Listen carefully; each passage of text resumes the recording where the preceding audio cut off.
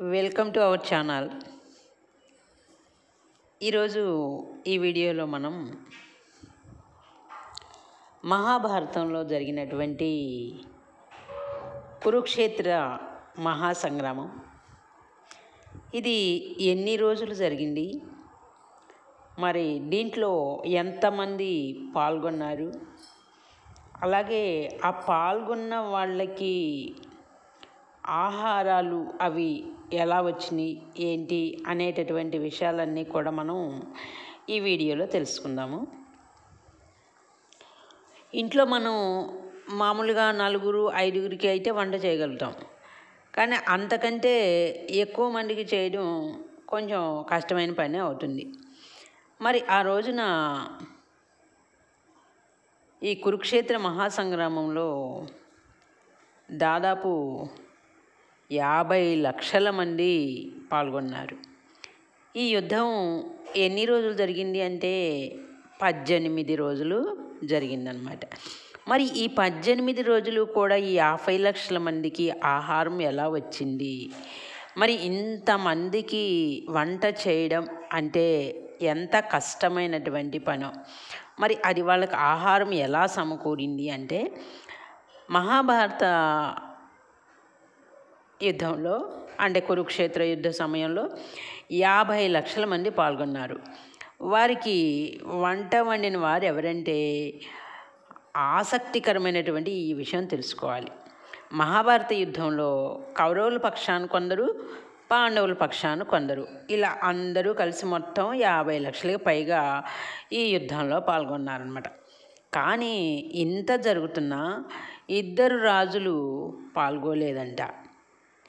మిగిలిన వాళ్ళందరూ కూడా పాల్గొన్నారు. అందులో ఒకళ్ళేమో విదర్భ రాజు అయినటువంటి రుక్మి, రెండవది బలరాముడు. ఈ ఇద్దరు తప్ప మిగిలిన అన్ని రాజ్యాలు కూడా ఈ కురుక్షేత్ర మహాసంగ్రామంలో పాల్గొన్నాయన్నమాట. దక్షిణ భారతంలోని ఉడిపి రాజ్యం, ఆ రాజ్యానికి చెందినటువంటి రాజు ఈ కురుక్షేత్ర యుద్ధానికి వచ్చారు. ఉడిపి రాజు ఎవరంటే నరేషుడు అనమాట. సైన్యాన్ని తీసుకొని యుద్ధ ప్రాంతానికి వచ్చాడు. ఇక్కడ కౌరవులేమో మా వైపుకు రమ్మని, పాండవులు మా వైపుకు రమ్మని ఈ ఉడిపి రాజు ఆ సైన్యాన్ని కూడా పిలవడం జరిగింది. అప్పుడు ఈ ఉడిపి రాజు తను తెలివితే ఎటు వెళ్ళాలి అని ఆలోచిస్తూ ఏం చేశాడంటే శ్రీకృష్ణుడి దగ్గరికి వెళ్ళాడు. అందరూ యుద్ధం గురించి ఆలోచిస్తున్నారు, మరి ఇన్ని లక్షల మందికి భోజనాల గురించి ఏమైనా ఆలోచించారా, ఎవరు వండి పెడతారు అని శ్రీకృష్ణుడు అడుగుతాడు. అప్పుడు ఈ ఉడిపి రాజు ఏమన్నా అంటే మీరు అన్నది నిజమే, మరి మీ దగ్గర ఏదైనా ఆలోచన ఉందా అని ఆ నరేషుడు శ్రీకృష్ణ భగవాను అడిగారు. అప్పుడు నరేషుడు ఇప్పుడు జరుగుతున్నటువంటి ఈ మహాయుద్ధం అన్నదమ్ముల మధ్య నడుస్తూ ఉన్నది. నాకు ఈ యుద్ధంలో పాల్గొనడం ఇష్టం లేదు. అందువల్ల నేను నా సైన్యం 2 వర్గాల యుద్ధంలో పాల్గొను, వారందరికీ భోజనం చేసి పెడతాం అని ఉడిపి రాజు ఒప్పుకుంటారనమాట. ఎందుకంటే అటు కౌరవులు రమ్మంటున్నారు, ఇటు పాండవులు రమ్మంటున్నారు అనమాట. ఎవరి పక్కకు వెళ్తే ఎవరికి కోపం వస్తుందో ఎందుకు అని చెప్పేసి చాలా తెలివిగా ఆ పరమాత్మని అడిగి ఈయన ఏం చేశాడంటే ఉడిపి రాజు అందరికీ కూడా భోజనం చేసి వండి పెడతాను అని చెప్పాడనమాట. అప్పుడు శ్రీకృష్ణుడు రాజా మీ ఆలోచన చాలా అద్భుతమైంది, మరి 50 లక్షల మందికి భోజనం వండటం అంటే మామూలు మాటలు కాదు, మరి ఇది మీ వల్ల సాధ్యం అవుతుంది, అందరికీ భోజనాలు తయారు చేయమని చెప్తాడు. 50 లక్షల మందికి భోజనాలు వండాలంటే భీముడు మరియు ఇంకా అతని సైన్యానికి మాత్రమే వీలవుతుందన్నమాట. కానీ ఆ సమయంలో పోరాటంలో భీముడు ముఖ్యం, అందువల్ల భీముని యుద్ధక్షేత్రంలోనే ఉన్నాడనమాట.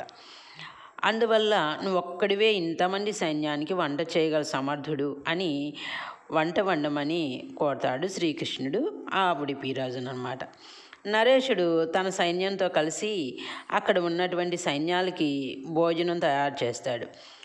నరేషు ఎలా వండేవాడంటే సాయంత్రం వరకు తాను వండిన భోజనం ఒక్క మెతుకు కూడా మిగలకుండా వృధా కాకుండా వండేవాడు. రోజులు గడుస్తున్న కొద్దీ సైన్యం కూడా తగ్గిపోయేది. అంటే యుద్ధంలో అటు ఇటు మరణించేవాళ్ళు మరణిస్తూ ఉండేవాళ్ళు. మరి దాంతో ఆ సైన్యం సంఖ్య కూడా తగ్గిపోయేది. అయినప్పటికీ వంట మాత్రం అందరికీ సరిపోయేలా ఉండేవాడు ఈ నరేషుడు. ఇది చూసి అందరూ ఆశ్చర్యపోయేవాడు. ఇది ఎలా సాధ్యం? అంతమంది చనిపోతున్నా చివరికి మిగిలిన వారికి మాత్రమే సరిపోయేలా ఎలా వంట చేస్తున్నారు, అది కూడా ఒక్క మెతుకు కూడా మిగలకుండా ఎలా వండుతున్నారు అని అందరూ ఆశ్చర్యానికి గురయ్యారు. అసలు నరేషునికి ఎలా తెలుస్తుంది ఈరోజు ఇంతమంది మాత్రమే చనిపోతారని, మిగిలిన వారికి మాత్రమే భోజనం వండాలి అని? ఇలా 18 రోజులు గడిచిపోయాయి. పాండవులు గెలిచారు. పట్టాభిషేకం జరుగుతుంది. అప్పుడు ధర్మరాజు ఉడిపి నరేషుడిని అడుగుతాడు, మమ్మల్ని అందరూ తక్కువ సైన్యం ఉన్నా గెలిచామని పొగుడుతూ ఉన్నారు, కానీ నేను మాత్రం నిన్ను మెచ్చుకోకుండా ఉండలేకపోతున్నాను అని అంటాడు ధర్మరాజు. ఎందుకంటే 50 లక్షల మందికి సైన్యానికి వంట చేయడం అంటే మాటలు కాదు. అది కూడా ఒక్క మెతుకు కూడా మిగలకుండా వృధా కాకుండా ఉండడం అంటే మాటలు కాదు. ఇది మహా అద్భుతం. ఇలా ఎలా చేశావు అని అడిగాడు ధర్మరాజు అనమాట. అప్పుడు నరేషుడు నవ్వుతూ, మీరు గెలిచారు కదా, దాని యొక్క గొప్పతనం ఎవరికి ఇస్తారు అని అడిగాడు. అప్పుడు యుధిష్ఠిరుడు శ్రీకృష్ణుడే దీనికి మూలమని, మా విజయం యొక్క గొప్పతనం మొత్తం శ్రీకృష్ణునికే చెందుతుంది అని చెప్పాడు. అప్పుడు నరేషు, మీరు గెలవడానికే కాదు, నేను ఇంతమందికి సరిపడా వంట వండడానికి కూడా ఆ శ్రీకృష్ణుడే కారణం, కాబట్టి ఈ గొప్పతనం అంతా కూడా ఆ కృష్ణుడికే చెందుతుంది అని చెప్పాడు. ఇది విని సభలో ఉన్నారంతా కూడా ఆశ్చర్యానికి గురయ్యారు. ఇది ఎలా సాధ్యం, శ్రీకృష్ణుడు ఎలా కారణం అని నరేషుడిని అడుగుతారు. అప్పుడు నరేషుడు అసలు రహస్యాన్ని అందరి ముందు ఇలా చెప్తాడనమాట. శ్రీకృష్ణుడు ప్రతిరోజు రాత్రి పెసరకాయలు తినేవాడు. నేను లెక్క పెట్టేవాడిని. శ్రీకృష్ణుడు తిన్న తర్వాత మళ్ళీ పెసరకాయల్ని లెక్క పెట్టేవాడిని.